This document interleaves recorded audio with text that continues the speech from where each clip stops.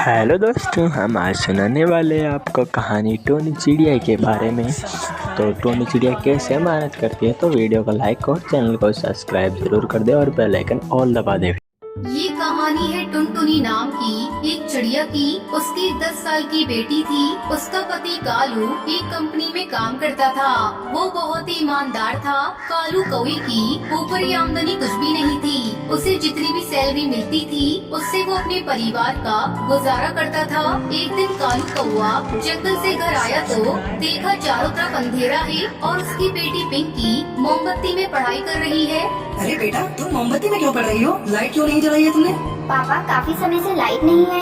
क्या बात कर रही हो? जंगल के सभी घरों में तो लाइट चल रही है। रुको, मैं देखता हूँ कहीं फ्यूज तो नहीं उड़ गया। अरे, आप अंधेरे में कहाँ जा रही हैं? मैं टॉर्च दे रही हूँ। जल्दी दो भाई। बस 1 मिनट, अभी लाती हूँ। टुनटुनी कालू कौवे को टॉर्च लाकर देती। तब तक आप 5 × 5 बराबर कितने होते हैं? आंसर को जल्दी से कमेंट करें और वीडियो को लाइक और चैनल को सब्सक्राइब जरूर करें। बेल आइकन ऑल कर दें जिससे कि नोटिफिकेशन आपके पास पहुंच सके। कालू फ्यूज ठीक करने जाता है।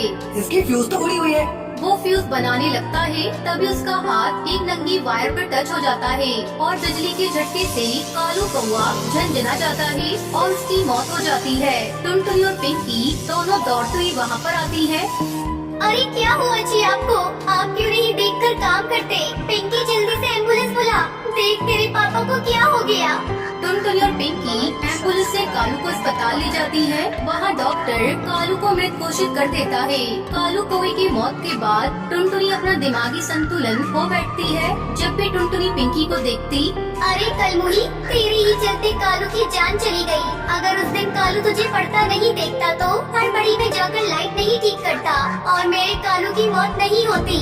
मैं तुझे कभी माफ नहीं करूँगी। तू चली जा मेरी आंखों के सामने से। माँ, तुम्हें क्या हो गया है? तुम इस तरह मुझे क्यों डांट रही हो? पहले तो तुम मुझे बहुत प्यार करती थी। मेरी वजह से पापा की जान नहीं गई है माँ। मैं तुम्हें कैसे समझाऊं? चुप हो जा कमबख्त, मैं तुमसे जबान लड़ाना नहीं चाहती। तभी टुनटुनी को चक्कर आ जाता है। क्या हुआ माँ? तुम्हें क्या हो रहा है? संभालो अपने आप को। चलो माँ, तुम्हें घोंसले में लेकर चलती हूँ। पिंकी टुनटुनी को घोंसले में ले जाती है और बेड पर सुला देती है। अब मैं क्या करूं? माँ की ऐसी हालत है, घर में भी खाने को कुछ नहीं है। पापा ने भी जो पैसे जमा किए थे वो भी खत्म हो गए। मुझे बबली आंटी के पास जाना चाहिए, वही कुछ बताएंगी। पिंकी अपनी पड़ोसन बबली कबूतरी के यहाँ जाती है और सारी बात बबली को बताती है। पिंकी देख बेटा, मैं तुझे एक सलाह दूंगी। यहाँ पास में एक तरबूज का खेत है, वहीं से तू तब तक आप 8 + 8 + 4 बराबर कितने होते हैं? आंसर को जल्दी से कमेंट करें और अपना आंसर बताएं। तो वीडियो को लाइक और चैनल को सब्सक्राइब भी कर देवे। भूसला और बेचकर उन्हें पैसे दे दे, बाकी अपनी कमाई अपने पास रखियो। आंटी, आपने बहुत अच्छी सलाह दी है, मैं ऐसा ही करूँगी। अब पिंकी तरबूज बेचकर घर चलाने लगी। उधर टुनटुनी बीमारी रहती थी। ऐसे में एक दिन पिंकी टुनटुनी को लेकर डॉक्टर के पास जाती है। डॉक्टर, देखिए ना, मेरी माँ को क्या हुआ? ये बार बार बेहोश हो जा रही है। डॉक्टर टुनटुनी का चेकअप करके बताती है, देखो बेटा, इनकी दोनों किडनियां खराब हो गई हैं। अब इन्हें एक स्वस्थ पक्षी की किडनी लगानी होगी, नहीं तो ये बस 2 महीने की मेहमान है। नहीं नहीं डॉक्टर, ऐसा मत करिए। मैं अपनी माँ को अपनी किडनी दूंगी। मेरे पापा तो मुझे छोड़कर चले गए, लेकिन अब मैं माँ को नहीं खो सकती। पिंकी अपनी किडनी टुनटुनी को दे देती है। कुछ दिनों बाद जब टुनटुनी स्वस्थ होकर घर आती है, आओ माँ, तुम्हारे आने से इस घर में रौनक आ गई। चल हट, मैं तुझसे बात नहीं करती। ठीक है माँ, मुझसे बात मत करो। अब चलो थोड़ा आराम कर लो। टुनटुनी आराम करने लगती है। पिंकी तरबूज लेने के लिए खेत चली जाती है। इसी बीच घर पर डॉक्टर का फोन आता है। टुनटुनी फोन उठाती है।